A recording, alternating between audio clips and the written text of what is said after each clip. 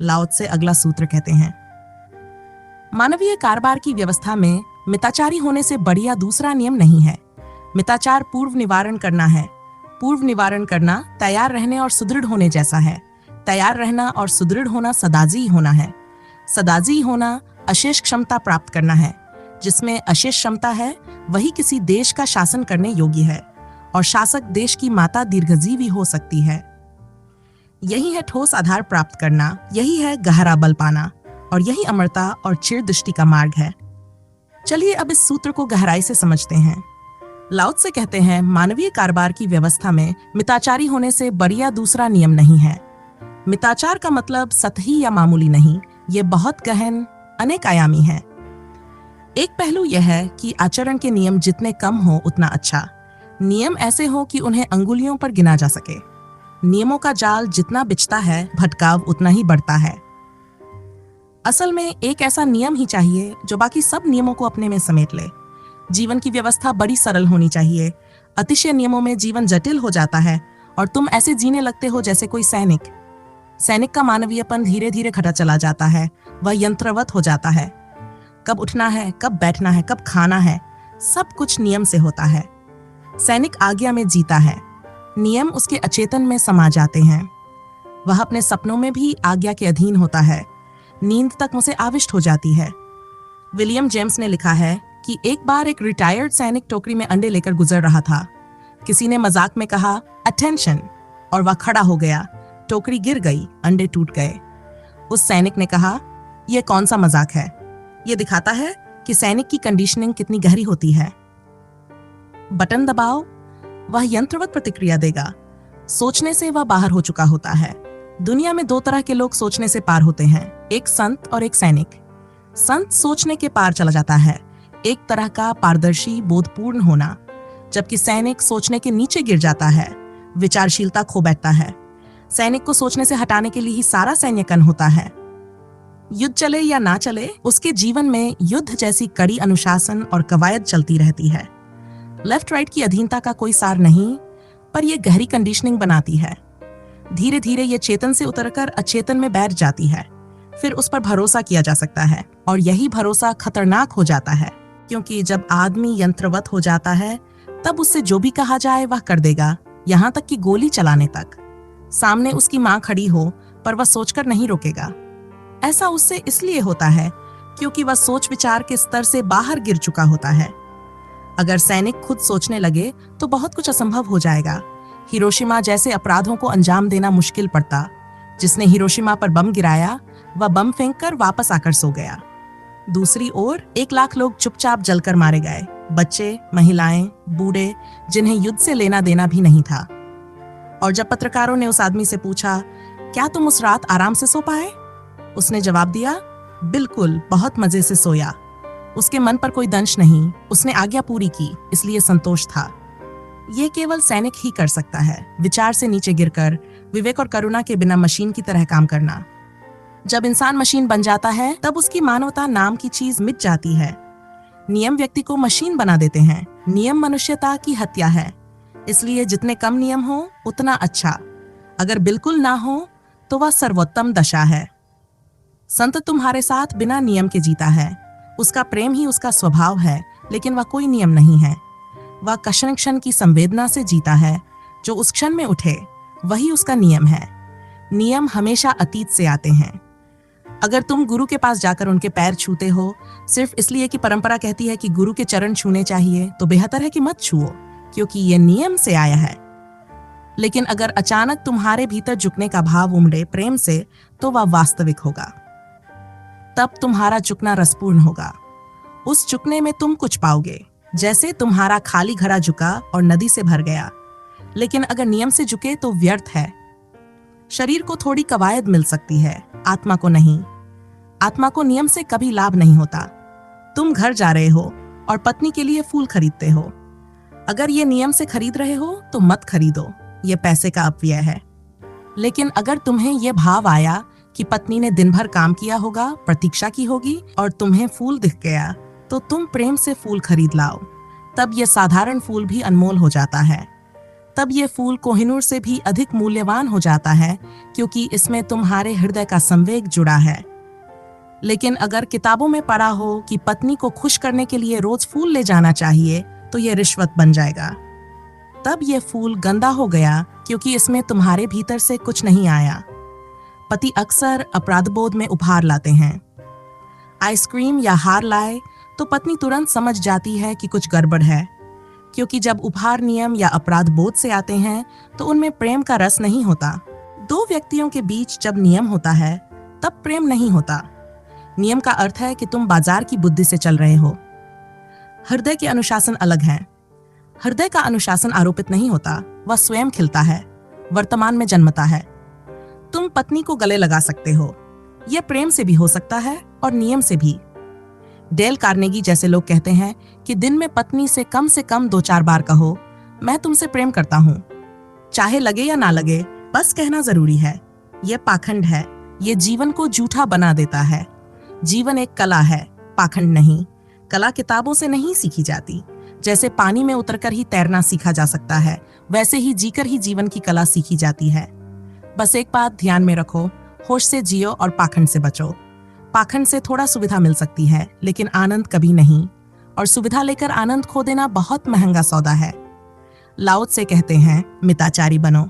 और मिताचार का पहला आयाम है कम से कम आचरण के नियम हो। जब नियम कम होते हैं तब तुम दूसरे व्यक्ति को स्वयं होने का अवसर देते हो। यही सबसे बड़ा प्रेम है कि तुम दूसरे को वही बनने दो जिसके लिए वह जन्मा है, उसकी नियति में बाधा ना बनो। प्रेम सहारा देता है, मार्गदर्शन करता है, लेकिन कभी काट छांट कर अपनी मर्जी से डालना नहीं चाहता। प्रेम में कोई मालिकाना भाव नहीं होता।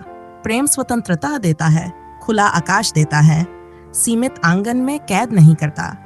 सच्चा प्रेमी तब और प्रसन्न होता है जब उसका प्रिय स्वतंत्र होकर दूर निकल जाए, बादलों के पार उड़ता हुआ, भले ही उसकी आंखों से ओझल क्यों ना हो जाए।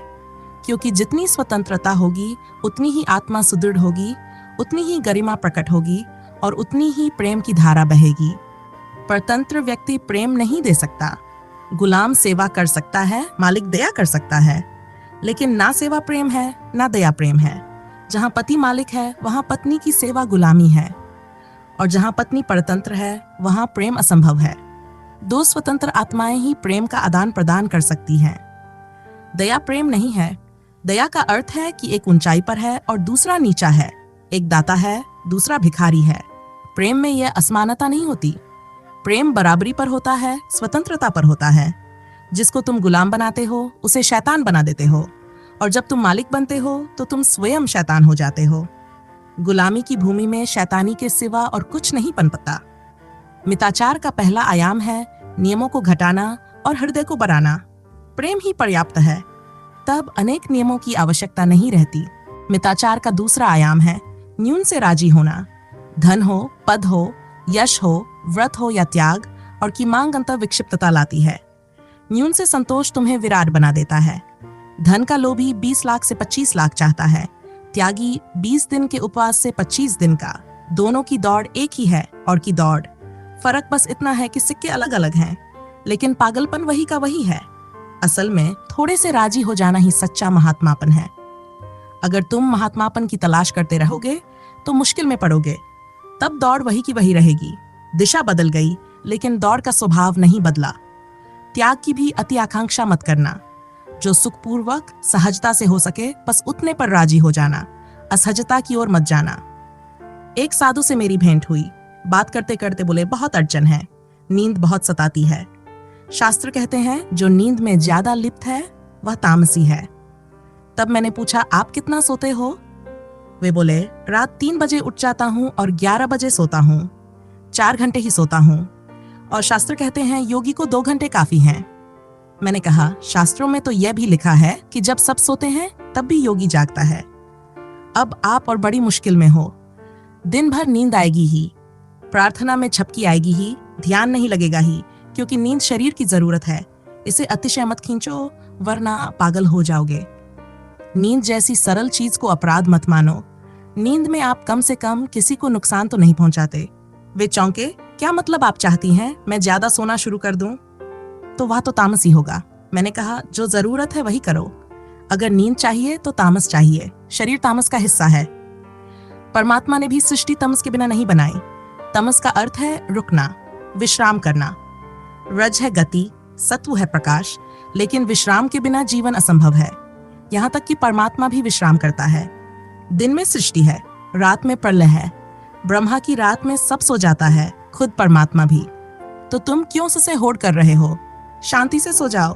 लेकिन लोग सोचते हैं कि ध्यान नहीं हो रहा तो नींद का दोष है, और नींद काटो।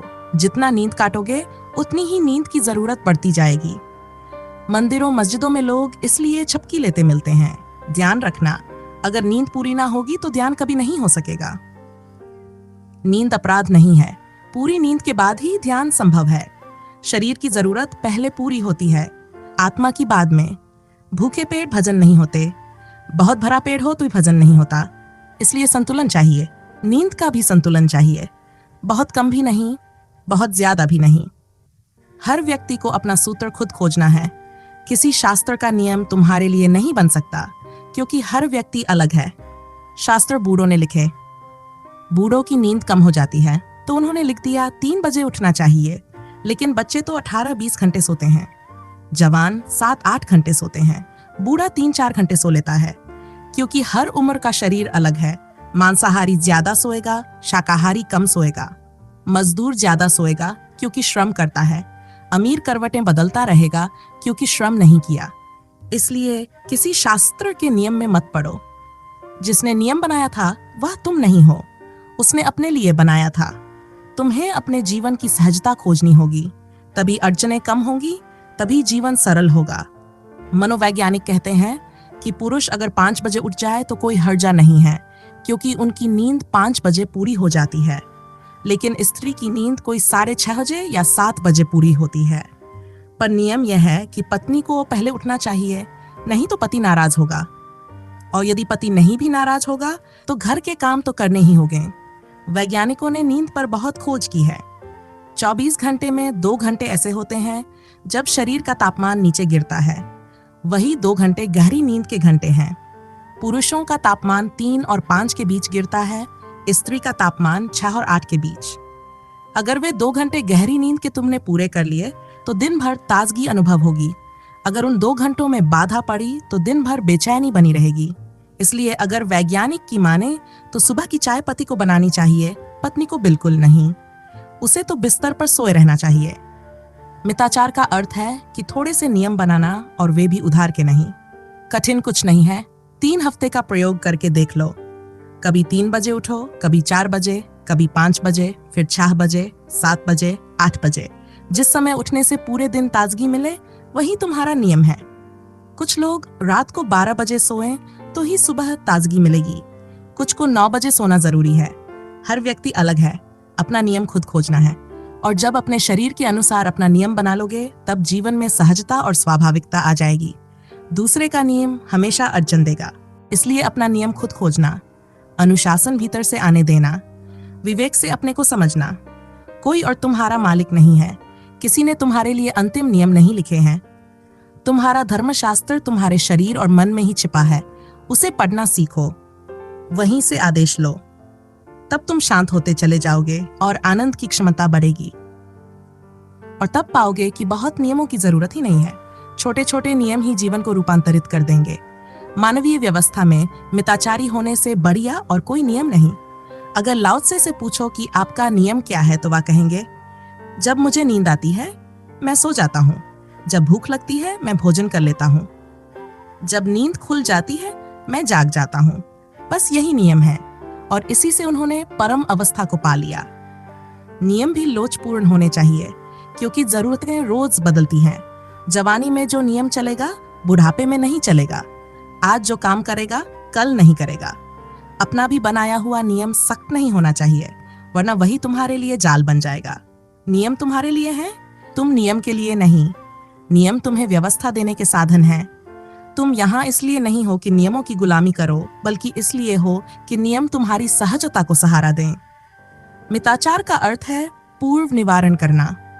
जिस व्यक्ति के जीवन में लोचपूर्ण, कम से कम और अपने ही खोजे हुए अपरिहार्य नियम होंगे, वह व्यक्ति पहले से ही बहुत सी मुसीबतों से बच जाता है। हजारों परेशानियां आती ही नहीं, लेकिन इसके लिए बड़ी सजगता चाहिए, बड़ा होश चाहिए। तुमने भी अनुभव किया होगा, क्रोध हो गया, फिर पछतावा हुआ, दुख हुआ और संकल्प लिया कि अब क्रोध नहीं करेंगे, लेकिन फिर क्रोध हो गया। पर ऐसा क्यों होता है? क्योंकि तुमने पूर्व निवारण नहीं किया। जब बीमारी आ जाती है तब उसे हटाने की कोशिश करते हो, लेकिन तब तक तो वह जड़ें जमा चुकी होती है। क्रोध कोई अकेली घटना नहीं है, उसके पीछे बहुत कारण है।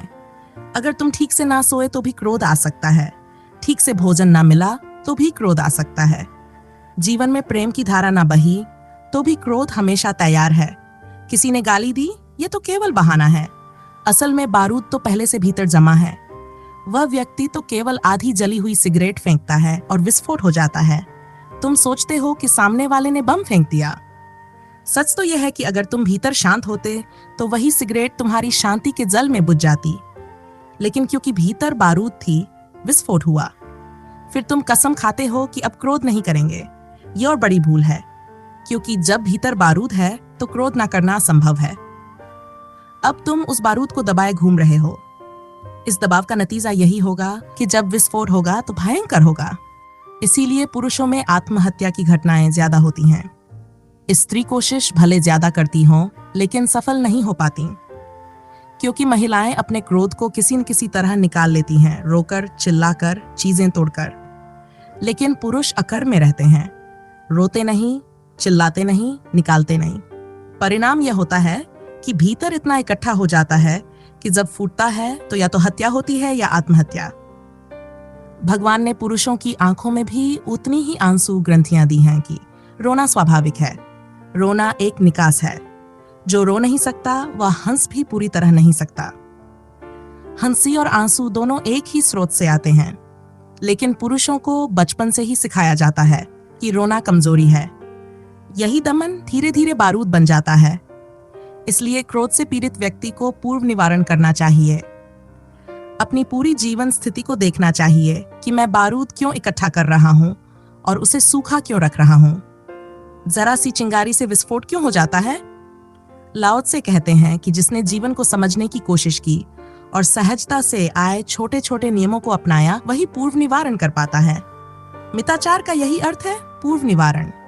ठीक से सो, सम्यक निद्रा लो, ठीक से भोजन करो, संतुलित आहार लो, हर कदम पर होश में रहो, स्वाभाविक रहो, अस्वाभाविक की आकांक्षा मत करो, जरूरतों को पूरा करो, वासनाओं को छोड़ो, व्यर्थ की दौड़ में मत लगो, सार्थक को पा लेना ही काफी है। अपनी शक्ति को बचाओ, अकारण खर्च मत करो। जितनी शक्ति तुम्हारे पास संग्रहित होगी उतने ही शांत रहोगे। जितनी अधिक ऊर्जा तुम्हारे भीतर होगी उतना ही कम क्रोध आएगा और उतना ही कम लोग तुम्हें उत्तेजित कर पाएंगे। तुम्हारी ऊर्जा ही तुम्हारा कवच है। पूर्व निवारण का अर्थ है तैयार रहना और सुदृढ़ होना। और जो व्यक्ति अपने जीवन में पूर्व निवारण कर लेता है, जो अपनी बीमारियों से पहले ही बचाव कर लेता है, जो अपने भीतर एक शांत स्थल, एक छोटा सा मंदिर बना लेता है जहां सब मौन है, तृप्ति है, परितोष है, उसे कोई उद्वेलित नहीं कर सकता। उसे तुम पराजित नहीं कर सकते, क्योंकि वहां जीत की आकांक्षा ही नहीं करता। उसे मिटाओगे कैसे? क्योंकि उसने अपने को पहले ही मिटा दिया है। ऐसे व्यक्ति के जीवन में असफलता आ ही नहीं सकती, क्योंकि सफलता की वासना ही उसने त्याग दी है। जीवन तो बहुत छोटी छोटी चीजों से पूर्ण हो जाता है। रोटी चाहिए, कपड़ा चाहिए, प्रेम चाहिए, एक छप्पर चाहिए। जीवन किसी बहुत बड़ी महत्वाकांक्षा से सुखी नहीं होता।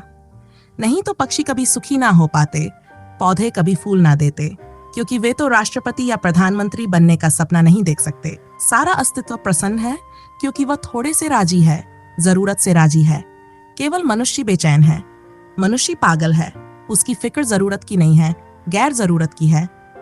पेट भूखा हो सकता है, लेकिन गले में सोने का हार चाहिए, सिर पर ताज चाहिए, चाहे नींद ना मिले।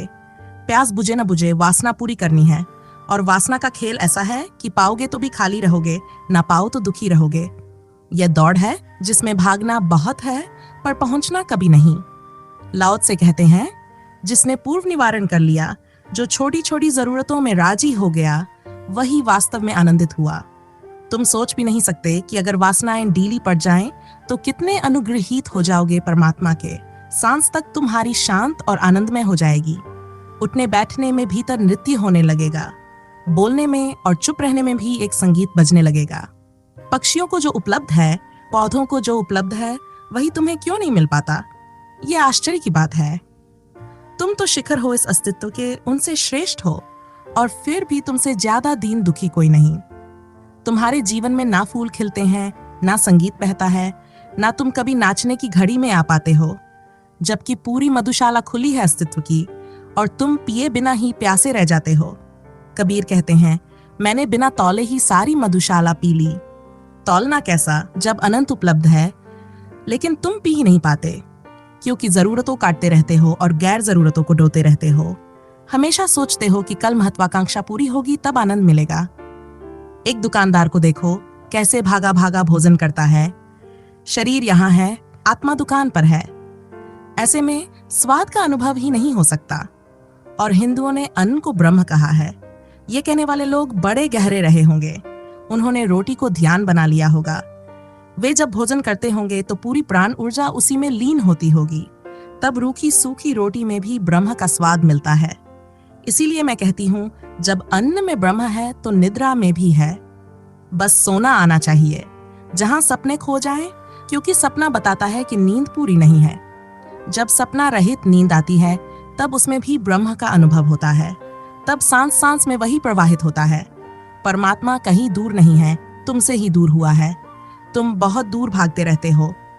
और जैसे ही मिताचार उपलब्ध होता है, पूर्व निवारण होता है, जीवन सुदृढ़ और शांत होता है, वैसे ही तुम सदाजयी हो जाते हो। फिर तुम्हारी विजय शाश्वत है।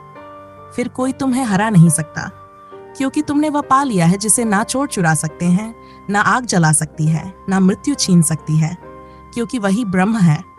जिसने उसे पा लिया वह कभी हार नहीं सकता। सदाजयी होना अशेष क्षमता प्राप्त करना है। और जो सदाजयी हो जाता है, ऐसे सदाजियों को हमने जिन कहा है, महावीर कहा है, जीत लिया जिन्होंने, क्योंकि उन्होंने स्वयं को जीत लिया। दो तरह की जय होती है, एक तो दूसरों को जीतना, उसे मैं राजनीति कहती हूँ, लाओ त्से भी राजनीति कहते हैं, और एक स्वयं को जीतना, उसे धर्म कहते हैं। जब तक तुम दूसरों को जीतने में लगे हो, तब तक तुम विक्षिप्त ही रहोगे। जिस दिन तुम अपने को जीतने में लगोगे, उसी दिन असली यात्रा शुरू होगी। जो अपने को जीत लेता है, वह अशेष क्षमता को प्राप्त होता है। उसकी क्षमता कभी खत्म नहीं होती। उपनिषद कहते हैं, पूर्ण से पूर्ण निकाल लो, फिर भी पूर्ण शेष रह जाता है। ऐसी उसकी क्षमता होती है। जितना जीता है उतना ही और जीवन के लिए तत्पर हो जाता है। तुम चाहते तो हो कि तुम्हें और जीवन मिले, लेकिन कभी सोचा है कि करोगे क्या उस जीवन का? एक ही जीवन तुम्हें थका चुका है। दौड़ दौड़कर वासनाओं के पीछे खोखले हो गए हो। जैसे ही व्यक्ति दौड़ बंद कर देता है और अपने में ठहरता है, ऊर्जा नष्ट नहीं होती, बल्कि भीतर से विराट लपट उठती है। महावीर ने कहा है, वह अनंत वीर्य हो जाता है। जितना बांटता है उतना ही और भर जाता है। जब तक तुम्हारे पास ऐसी अशेष क्षमता नहीं है, तुम दीन ही रहोगे, और जब ऐसी क्षमता मिल जाती है, तभी तुम सम्राट होते हो। इसलिए फकीरों को हमने सम्राट कहा है। बुद्ध और महावीर सम्राट थे, लेकिन भिखारी की तरह जीते थे। सम्राट मांगता है और फकीर देता है। सम्राट की आत्मा भिखारी की आत्मा है, और फकीर की आत्मा सम्राट की आत्मा। लाओ त्से कहते हैं, जिसमें अशेष क्षमता है वही शासन करने योग्य है, और शासन वही कर सकता है जिसकी शासन करने की कोई आकांक्षा ना हो। जो शासन करना चाहता है वही अयोग्य है, क्योंकि उसकी चाह उसके भीतर की हीनता की घोषणा है। हीन भाव से पीड़ित होकर ही लोग सिंहासन की ओर भागते हैं। असली शासन तभी संभव है जब हीनता मिटे और अशेष क्षमता का अनुभव हो। जब किसी देश को ऐसा शासक मिल जाता है, तब प्रेम और मातृत्व की क्षमता फूलने लगती है। समाज भीड़ नहीं रह जाता, परिवार बन जाता है। वरना राजनीति बस भीड़ को किसी तरह नियंत्रित रखने की कोशिश में लगी रहती है। कभी कभी ऐसा हुआ है। बुद्ध और महावीर ने अपने आसपास छोटे समाज बनाए। बुद्ध के 10,000 भिक्षु थे, लेकिन वहां किसी पुलिस, किसी व्यवस्था की जरूरत नहीं थी। अजातशत्रु जब बुद्ध से मिलने आया तो चकित रह गया कि यहाँ 10,000 लोग हैं और फिर भी सन्नाटा है, शांति है। बुद्ध ने कहा, यह परिवार और ही तरह का है। यहाँ किसी को हराया नहीं गया, सबने स्वयं समर्पण किया है।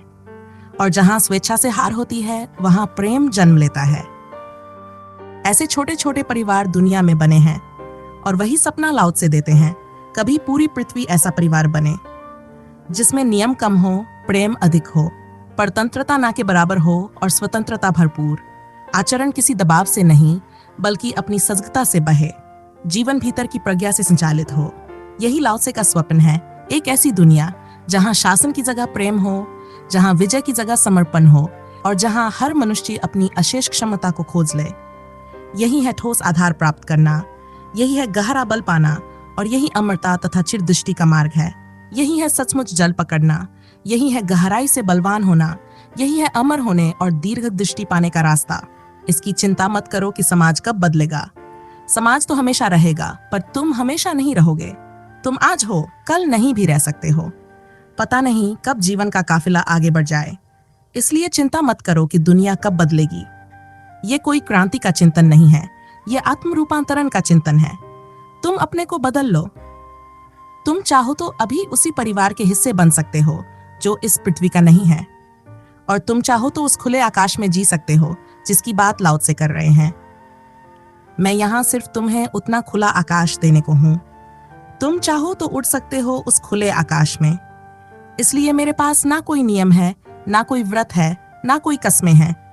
तुम्हें किसी परतंत्रता में बांधने का कोई आयोजन नहीं है। मैं केवल चाहती हूँ कि तुम्हारी सारी जंजीरें टूट जाएं, तुम्हारे पंख फिर से मजबूत हो जाएं और तुम उड़ सको। खुला आकाश ही काफी नहीं होता। अगर पिंजरे में बहुत दिनों तक बंद रहो तो पंख उड़ने की क्षमता खो देते हैं। तुम्हें खुला आकाश चाहिए और तुम्हारे पंखों को फिर से सबल बनाने की जरूरत है। इसलिए मैं तुम्हें कोई नियम नहीं दूंगी ताकि तुम पर बंधन ना रहें और तुम्हें आकाश मिल सके, लेकिन ध्यान देती हूँ ताकि तुम्हारे पंख मजबूत हो जाए और तुम उड़ान भर सको। जब एक बार तुम्हें भरोसा आ जाए कि तुम उड़ सकते हो और तुम दूर आकाश की नीलिमा में उड़ लो, एक बार उड़ने का स्वाद पा लो, तब तुम इसी पृथ्वी पर इन्हीं साधारण लोगों के बीच अचानक असाधारण हो जाते हो। और अद्भुत बात यह है कि यह असाधारणता तब ही आती है जब तुम पूरी तरह साधारण होने को राजी हो जाते हो। साधारण होने को राजी हो जाना इस जगत में सबसे असाधारण घटना है। तो आज इस वीडियो में इतना ही। आशा है आप इस सूत्र को जीवन में उपयोग करेंगे, केवल इसे बौद्धिक कृत्य नहीं बनाएंगे। फिर मिलेंगे अगली वीडियो में। धन्यवाद।